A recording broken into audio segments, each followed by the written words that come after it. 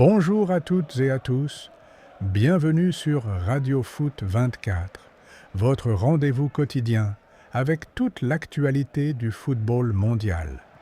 Nous sommes le 10 juillet 2026 et aujourd'hui nous revenons sur une journée exceptionnelle marquée par la qualification de la France pour les demi-finales de la Coupe du Monde 2026. Les performances historiques de Kylian Mbappé, les réactions du monde entier, les dernières informations du Real Madrid, les transferts du Mercato et les principales nouvelles en provenance des grands championnats européens. Installez-vous confortablement, car nous allons faire le tour complet de l'actualité du football. Mais avant de commencer, pensez à vous abonner à Radio Foot 24, activez la cloche des notifications et laissez un like pour soutenir notre travail. Dites-nous également dans les commentaires qui, selon vous, remportera cette Coupe du Monde 2026. La grande affiche entre la France et le Maroc a tenu toutes ses promesses. Les Bleus se sont finalement imposés 2-0 grâce à Kylian Mbappé à la 60 minutes, puis Ousmane Dembélé 6 minutes plus tard. Le Maroc a longtemps résisté avant de céder face à la puissance offensive française. Malgré cette élimination, les Lions de l'Atlas quittent la compétition avec les honneurs après un nouveau parcours historique. Grâce à cette victoire, la France rejoint les demi-finales de la Coupe du Monde 2026 et attend désormais de connaître son futur adversaire entre l'Espagne et la Belgique. La prestation de Kylian Mbappé confirme son immense tournoi. En seulement 6 rencontres, il totalise 8 buts et 3 passes décisives, soit 11 contributions directes. Avec son 20e but en Coupe du Monde, il devient le 2e meilleur buteur de l'histoire de la compétition, juste derrière Lionel Messi. Mbappé atteint également les 100 contributions décisives avec l'équipe de France en seulement 104 sélections, une statistique exceptionnelle. Autre performance remarquable, Ousmane Dembélé inscrit déjà son 5e but dans cette Coupe du Monde. La France devient ainsi la première sélection depuis le Brésil de 2002 à posséder 2 joueurs ayant marqué au moins 5 buts lors d'une même édition. Cette qualification garantit déjà plus de 25 millions d'euros de primes à la Fédération française de football, avec la possibilité de décrocher plus de 43 millions en cas de sacre mondial. Le Maroc reste néanmoins la meilleure nation africaine de cette Coupe du Monde, tandis que toutes les sélections africaines sont désormais éliminées. Après cette Coupe du Monde exceptionnelle, direction l'Espagne avec les dernières informations concernant le Real Madrid et José Mourinho.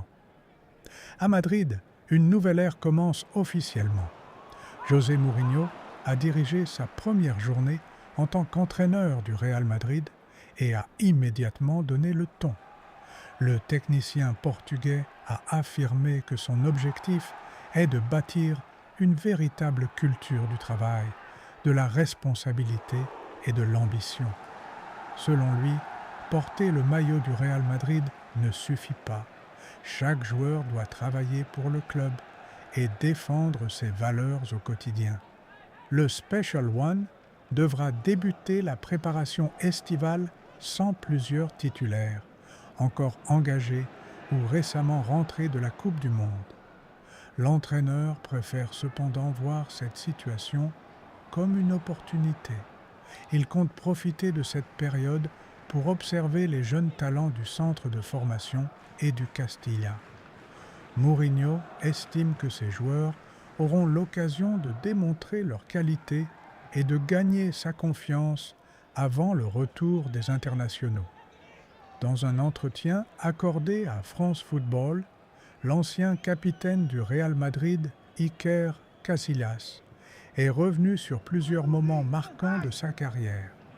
il a rappelé la domination historique de l'Espagne entre 2008 et 2012, expliquant que les plus grandes sélections abordaient leur confrontation avec la Roja avec une certaine appréhension.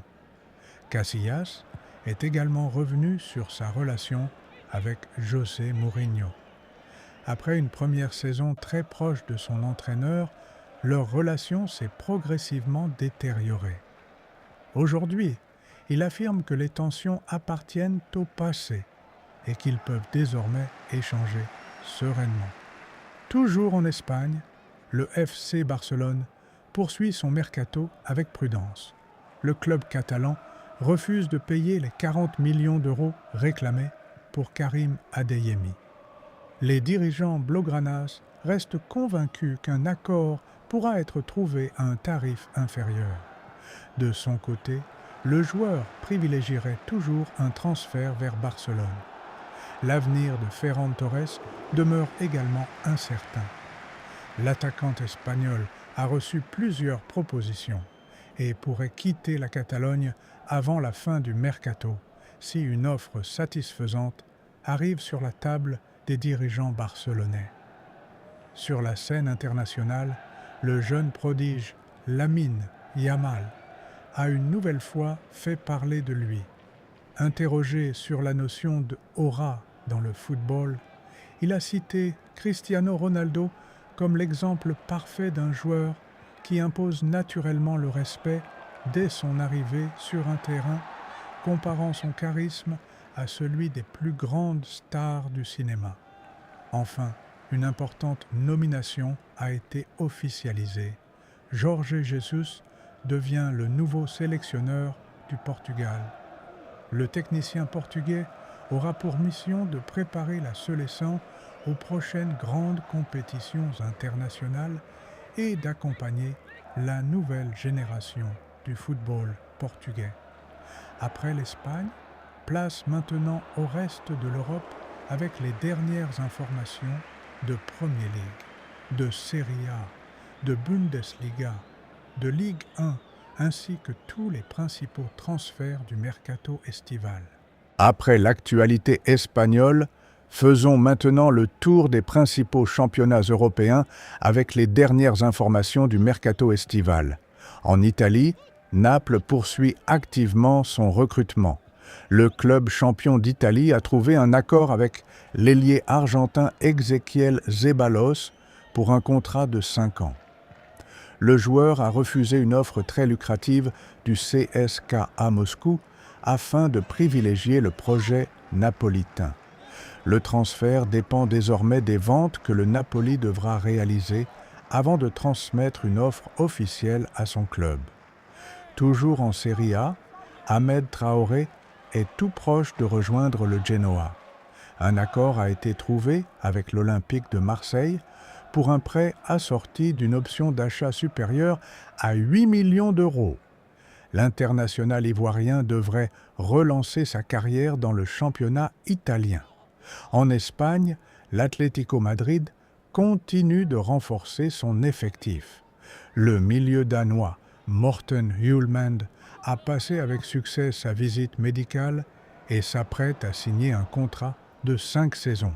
Le montant du transfert est estimé à 40 millions d'euros, auxquels pourront s'ajouter 5 millions de bonus.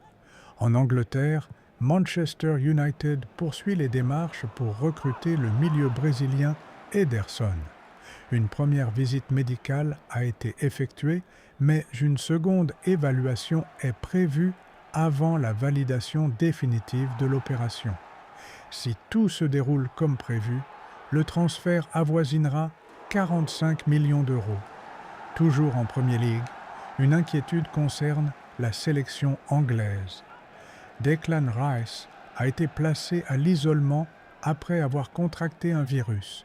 Le milieu de terrain a manqué plusieurs séances d'entraînement et demeure très incertain pour le prochain match de l'Angleterre face à la Norvège. En Allemagne, le Borussia Dortmund prépare l'avenir en recrutant le jeune défenseur central Liam Claude Kanté, âgé de seulement 16 ans, en provenance du Lokomotiva Zagreb. Plusieurs grands clubs européens étaient intéressés, mais Dortmund a remporté la course grâce à son projet de développement des jeunes talents. Du côté de la Turquie, Galatasaray se montre optimiste concernant l'arrivée de Leslie Ugochukwu.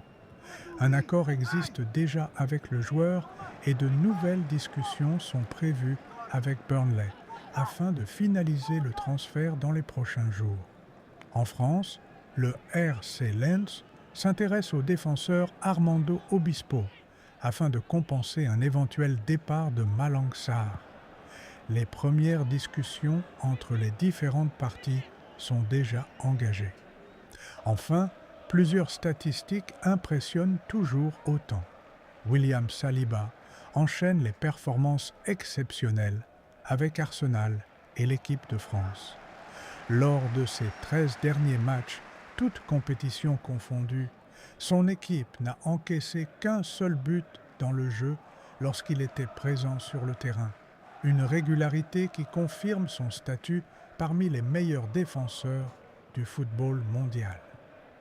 Pour terminer cette édition du 10 juillet 2026, revenons sur les grandes réactions de cette Coupe du Monde ainsi que sur les principales informations internationales. La qualification de la France pour les demi-finales continue de faire réagir la presse mondiale. En Italie, la Gazzetta dello Sport estime que la France vient d'une autre planète. En Espagne, AS salue une équipe de Didier Deschamps qui entre dans le panthéon du football mondial, tandis que Mundo Deportivo décrit Kylian Mbappé comme un véritable génie capable de répondre présent dans tous les grands rendez-vous. Aux États-Unis, The Athletic s'interroge. Qui peut encore arrêter la France? Des réactions qui illustrent l'admiration suscitée par le parcours des Bleus. Didier Deschamps a lui aussi rendu hommage à son capitaine. Le sélectionneur français a rejeté les critiques visant Kylian Mbappé, affirmant qu'il est un exemple de leadership et de professionnalisme. Il a également salué l'entrée remarquée de Warren Zaïre-Emery, rappelant que chaque joueur du groupe doit rester prêt à saisir sa chance à tout moment. Avec 8 buts et 3 passes décisives en seulement 6 rencontres, Kylian Mbappé domine désormais le classement des meilleurs buteurs de cette Coupe du Monde aux côtés de Lionel Messi. Il devient également le premier joueur de l'histoire de l'équipe de France à atteindre la barre des 100 contributions décisives en sélection, un exploit réalisé en seulement 104 matchs. Sur la plateforme de prédiction Polymarket, l'attaquant français est désormais considéré comme le principal favori pour le Ballon d'Or 2026 devant Harry Kane, Ousmane Dembélé et Lionel Messi. Parmi les autres réactions marquantes, Jürgen Klopp a raconté comment Liverpool avait tenté de recruter Mbappé lorsqu'il évoluait encore à Monaco. L'entraîneur allemand a révélé que le club anglais avait organisé une rencontre spectaculaire avec toute la famille du joueur à bord d'un jet privé, avant que le jeune prodige ne choisisse finalement de rejoindre le Paris Saint-Germain.